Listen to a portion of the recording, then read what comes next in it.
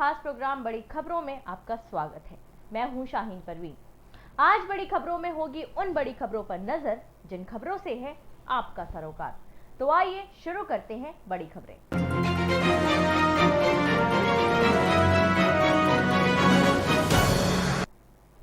उत्तर प्रदेश के अयोध्या में श्री राम मंदिर ट्रस्ट के द्वारा खरीदी गई जमीन को लेकर हर रोज एक नए खुलासे के साथ साथ एक और नया एंगल सामने आया है। दरअसल इस नए एंगल के खुलासे के मुताबिक जिस दिन राम मंदिर ट्रस्ट के द्वारा सुल्तान अंसारी और रवि मोहन तिवारी से 2 करोड़ की जमीन 18.5 करोड़ में खरीदी गई थी, उसी दिन जमीन का दूसरा टुकड़ा ट्रस्ट के द्वारा 8 करोड़ में खरीदा गया और वो दूसरा जमीन का हिस्सा हरीश पाठक और कुसुम पाठक से सीधा खरीदा गया था। इस खुलासे में राम मंदिर ट्रस्ट के द्वारा 18 मार्च को गाटा संख्या 242, 243, 244 और 246 से खरीदी गई 1.208 हेक्टेयर जमीन पहले हरीश पाठक और कुसुम पाठक के द्वारा सुल्तान अंसारी और रवि मोहन तिवारी को 2 करोड़ में बेची गई और फिर ये जमीन कुछ मिनट बाद ही 18.5 करोड़ में राम मंदिर ट्रस्ट के द्वारा खरीद ली गई थी। 18 मार्च को ही राम मंदिर ट्रस्ट के द्वारा एक और जमीन खरीदी गई थी, लेकिन ये जमीन सीधे कुसुम पाठक और हरीश पाठक से ट्रस्ट ने खरीदी। आपको बता दें कि 1.037 हेक्टेयर की इस जमीन का गाटा संख्या 242 था। इसे हरीश पाठक और कुसुम पाठक से सीधे 8 करोड़ में खरीदा गया था। इतना ही नहीं, 11 मई को इसी टुकड़े से 695.678 स्क्वायर मीटर जमीन कौशल्या भवन के यशोदा नंदन त्रिपाठी और कौशल किशोर त्रिपाठी ने राम मंदिर ट्रस्ट को मुफ्त में दे दिया था। गौरतलब है कि ट्रस्ट के सदस्य अनिल मिश्रा और अयोध्या के मेयर ऋषिकेश उपाध्याय जमीन के सौदे में गवाह थे। ट्रस्ट के द्वारा जो 2 करोड़ की जमीन 18.5 करोड़ में खरीदी गई, उसका सर्कल रेट 5 करोड़ 80 लाख ही था, जबकि ट्रस्ट के द्वारा दी गई दलील में कहा गया है कि जो जमीन 18.5 करोड़ में खरीदी गई वह मार्केट रेट से काफी कम है। अब इस मामले में राजस्व विभाग से जुड़े एक बड़े अफसर की माने कि किसी भी जमीन को अगर सरकार लेती है तो शहरी क्षेत्र में सर्कल रेट से 2 गुना और ग्रामीण क्षेत्र में 4 गुना से ज्यादा मुआवजा नहीं दिया जा सकता है। लेकिन राम मंदिर ट्रस्ट के द्वारा अयोध्या नगर क्षेत्र में जो जमीन खरीदी गई वो सर्कल रेट से 3 गुना रेट पर ली गई है। वैसे तो जब कोई निजी व्यक्ति, संस्था या ट्रस्ट जमीन खरीदती है तो वह कम से कम कीमत देने की कोशिश करती है ताकि पैसा बचाया जा सके, लेकिन 1.208 हेक्टेयर जमीन खरीद के मामले में राम मंदिर ट्रस्ट पर सर्कल रेट से 3 गुना पैसा देने का आरोप लग रहा है। गिरगिट से भी ज्यादा तेजी से रंग बदलता कोरोना वायरस सबके लिए डर का कारण बन गया है। लगातार अपना रूप बदलते कोरोना वायरस का एक नया वेरिएंट सामने आया है, जिसे डेल्टा प्लस या AY.1 नाम दिया गया है। दरअसल ये कोरोना के डेल्टा वेरिएंट से बना है, जिससे बहुत ज्यादा संक्रमण बढ़ा था।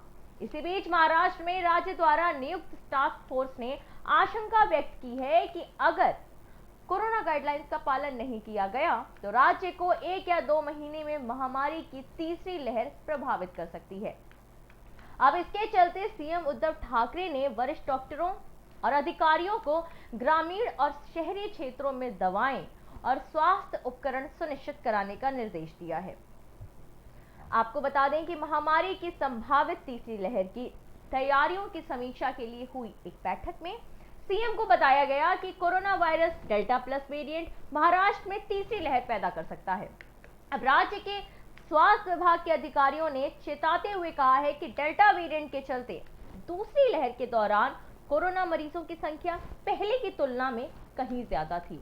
अब ऐसे में डेल्टा प्लस की बात करें तो इसके चलते तीसरी लहर में रोगियों की संख्या और भी अधिक हो सकती है, क्योंकि राज्य में महामारी की पहली लहर में लगभग 19 लाख और दूसरी में लगभग 40 लाख मरीज दर्ज किए गए हैं। स्वास्थ्य अधिकारियों का कहना है कि तीसरी लहर में 8 लाख सक्रिय रोगी भी देखे जा सकते हैं, जिनमें से 10% बच्चे हो सकते हैं। Delta plus variant corona virus के डेल्टा या B1617.2 प्रकार में बदलाव होने से बना है। गौरतलब है कि डेल्टा वेरिएंट की पहचान पहली बार भारत में हुई थी और ऐसा भी माना जाता है कि ये वेरिएंट भारत में कोरोना महामारी की दूसरी लहर के लिए जिम्मेदार था। हालांकि वायरस के नए प्रकार के कारण बीमारी कितनी घातक हो सकती है, इसका अभी तक कोई संकेत नहीं मिला है। लेकिन चौंकाने वाली बात यह है कि डेल्टा प्लस उस मोनोक्लोनल एंटीबॉडी कॉकटेल उपचार का रोधी है जिसे हाल ही में भारत में मंजूरी मिली है। गाजियाबाद मारपीट विवाद को लेकर एक नया एंगल सामने आया है। दरअसल गाजियाबाद मारपीट विवाद में जो स्थानीय नेता उम्मेद पहलवान की पुलिस को तलाश है, उन्होंने अब मीडिया से बातचीत की है। उम्मेद का आरोप है कि उन्हें फर्जी तरीके से इस मामले में फंसाया गया है। इस मामले में अब पुलिस को समाजवादी पार्टी के स्थानीय नेता उम्मेद पहलवान की तलाश है। आपको बता दें कि उम्मेद के खिलाफ एफआईआर दर्ज की गई है। इसी के बीच उम्मेद पहलवान ने मीडिया से खास बातचीत की है और कहा है कि उन पर फर्जी मुकदमा दर्ज कर उन्हें फंसाया जा रहा है। उम्मेद पहलवान ने यह भी कहा कि मैं कहीं पर भी छुपा हुआ नहीं हूं, बल्कि मेरे ऊपर फर्जी मुकदमा दर्ज किया गया है। उनका आरोप है कि मैंने एक बुजुर्ग की मदद की, लेकिन लोनी के बीजेपी विधायक ने मुझ पर फर्जी मुकदमा दर्ज करवा दिया।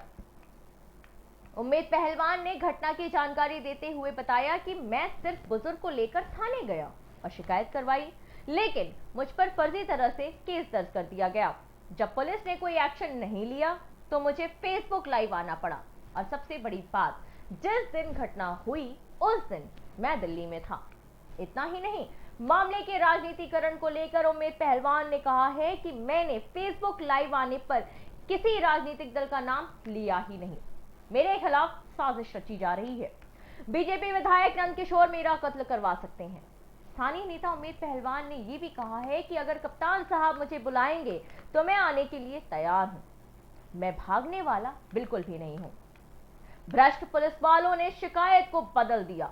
गौरतलब है कि गाजियाबाद मामले में पुलिस ने उम्मेद पहलवान के खिलाफ केस दर्ज किया है। अब आरोप तो ये भी है कि उम्मेद ने फर्जी तरह से कहानी गढ़ी और बुजुर्ग के साथ फेसबुक लाइव कर दिया।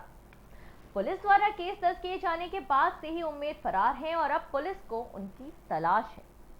आपको बता दें कि गाजियाबाद के लोनी इलाके का एक वीडियो वायरल हुआ था, जिसमें कुछ युवक एक 72 साल के बुजुर्ग की पिटाई कर रहे थे।